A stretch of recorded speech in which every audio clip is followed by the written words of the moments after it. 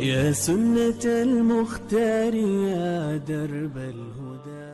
ہم شاید یہ سمجھتے ہیں کہ اللہ تعالیٰ کو ہمارا پتہ نہیں ہے، پتہ ہوتا تو ایسا کر دیتا.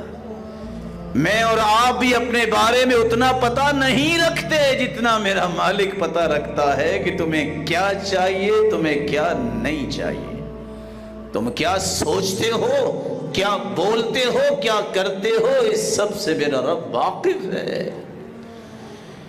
جاہل انسان یہ سمجھتا ہے کہ اللہ کو میرا پتہ ہی کوئی نہیں ہے، میرے حالات کیسے ہیں، میری مدد نہیں کر رہا. حدیث کہتی ہے لا يزال يستجاب للعبد ما لم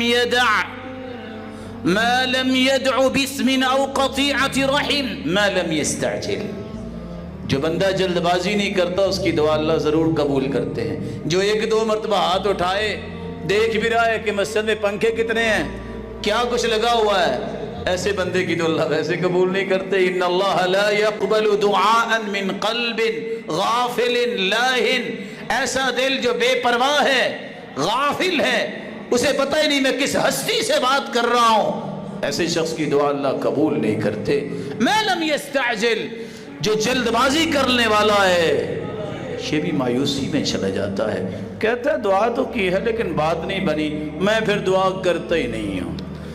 اصل بات یہ ہے یہ بدبخت محروم کیوں ہوتا ہے، یہ اللہ کے بارے میں بدگمان ہے. سیدنا عمر اس لیے کہتے تھے مجھے آج تک دعا کی قبولیت کا غم نہیں ہوا، مجھے صرف ایک فکر رہتی ہے اللہ دعا کی توفیق نہ مجھ سے چھین لے. اللہ دعا کی توفیق دیتے ہی اس کو ہیں جس کی قبول کرنی ہوتی ہے. اللہ ہمیں دعائیں کرنے اور یقین رکھنے کی توفیق عطا فرمائے. يا سنة المختار يا درب الهدى.